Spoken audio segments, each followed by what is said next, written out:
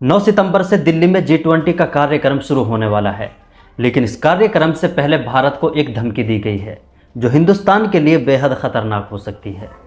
खालिस्तानियों का group justice for Sikh के गुरपतवंत सिंह पन्नू ने एक वीडियो जारी करके कश्मीर के मुसलमानों को भड़काने की पूरी कोशिश की है। ऑडियो में पन्नू ने कश्मीर के मुसलमानों को मुखातब करके कहा कि वो कश्मीर की वादी को छोड़कर दिल्ली आ जाएं और G20 की बैठक से पहले दिल्ली को ब्लॉक कर दें। साथ ही पन्नू ने दिल्ली के IGI एयरपोर्ट पर खालिस्तान का झंडा लहराने की भी धमकी दी है।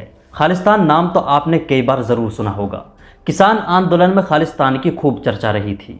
चलिए आज के वीडियो में खालिस्तान क्या है और खालिस्तानी कौन है, इसकी पूरी हिस्ट्री और इसकी पूरी कहानी को जानते हैं।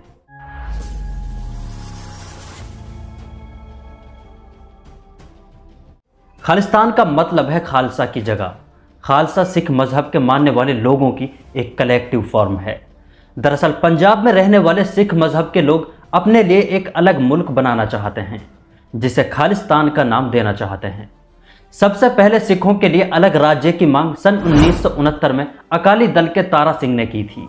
आज़ादी का वक्त करीब आ गया, पाकिस्तान हिंदुस्तान से अलग हो गया और अकाली दल के लीडर्स ने भी सोचा कि यह हमारे लिए भी एक अच्छा मौका है। इसी बीच अकाली दल के कुछ सिख लीडरों ने सिखों के लिए भी एक अलग मुल्क बनाने की पेशकश रखी, लेकिन ये पेशकश कबूल नहीं की गई थी। हिंदुस्तान के दो टुकड़े हो गए और पंजाब भी दो हिस्सों में डिवाइड हो गया। पंजाब का कुछ हिस्सा पाकिस्तान में चला गया और कुछ हिस्सा हिंदुस्तान में रह गया। 1947 के बाद अकाली दल, जो सिखों का एक बड़ा संगठन था, उसने सिखों के लिए एक अलग राज्य बनाने की पेशकश रखी। इसके लिए उन्होंने पंजाबी सूबा आंदोलन नाम से एक आंदोलन शुरू कर दिया। यह आंदोलन लगातार 19 सालों तक चलता रहा। आखिरकार 1966 में इंदिरा गांधी ने सिखों की पेशकश को कबूल किया और पंजाब को एक अलग स्टेट डिक्लेयर कर दिया।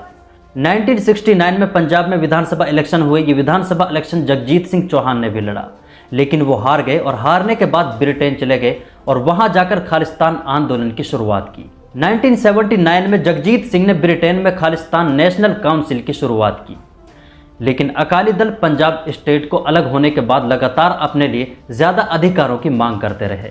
इसी बीच 13 अप्रैल 1978 को अकाली दल और निरंकारी कार्यकर्ताओं के बीच एक बड़ी हिंसा हुई। इस हिंसा में 13 अकाली दल के कार्यकर्ताओं की मौत हो गई थी और इसके बाद जनरैल सिंह भिंडरावाले ने एक नई कहानी की शुरुआत की।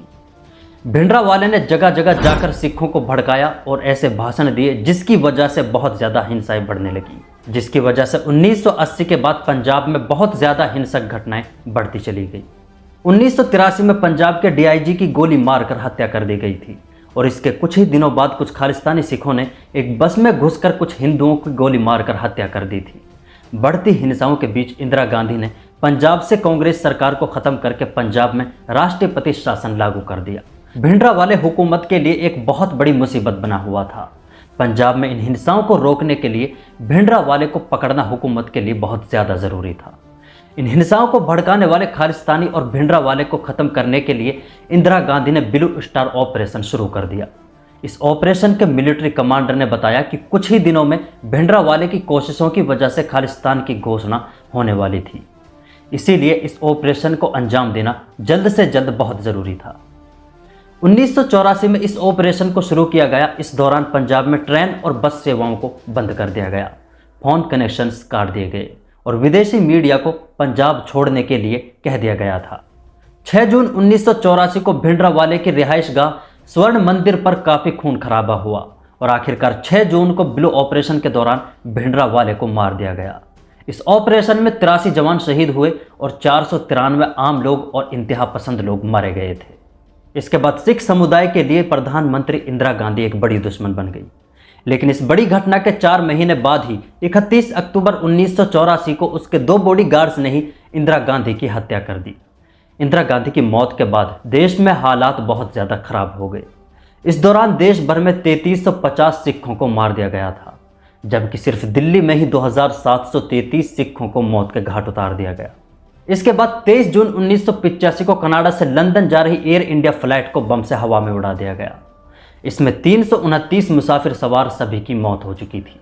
इस हमले की जिम्मेदारी बब्बर खालसा ने लेते हुए इस हमले को भिंडरावाले की मौत का बदला बताया। इसके बाद धीरे धीरे ये घटनाएं कम होने लगी और खालिस्तान की चर्चा भी कम होने लगी। भारत से खालिस्तान की चर्चा बिल्कुल ख़त्म हो गई। लेकिन बाहर मुल्कों में जैसे कनाडा और ब्रिटेन में ये वक्त वक्त पर कई बार सामने आते रहे, लेकिन एक बार फिर ये खालिस्तान नाम की चर्चा बहुत ज़्यादा बढ़ने लगी है। अब फिलहाल भिंडरावाले के बाद अमृतपाल सिंह भिंडरावाले के नए रूप में भारत सरकार के लिए एक बड़े खतरे के तौर पर उभर रहे हैं। अभी 2023 के शुरू में ही अमृतपाल सिंह ने भारत के गृह मंत्री अमित शाह को धमकी दे डाली थी। अमृतपाल सिंह ने अमित शाह को धमकी देते हुए कहा कि अगर खालिस्तान संगठनों को रोकने की कोशिश की गई तो अमित शाह का भी वही हश्र होगा जो पूर्व प्रधानमंत्री इंदिरा गांधी का हुआ था। अमृतपाल सिंह खालिस्तानी संगठन वारिस पंजाब दे ग्रुप के मुखिया हैं। अमृतपाल सिंह ने राजस्थान और हरियाणा में 2600 हिंदुओं का धर्म परिवर्तन कर सिख धर्म में कन्वर्ट कर दिया था। यह थी खालिस्तान की एक ब्लडी हिस्ट्री और स्टोरी। अगर ये वीडियो पसंद आया हो तो वीडियो को लाइक ज़रूर कर दें। अगर चैनल को सब्सक्राइब नहीं किया है तो प्लीज़ चैनल को सब्सक्राइब ज़रूर कर दें। मिलते हैं अगले वीडियो में, तब तक के लिए आप अपना ख्याल रखें। अल्लाह हाफिज़।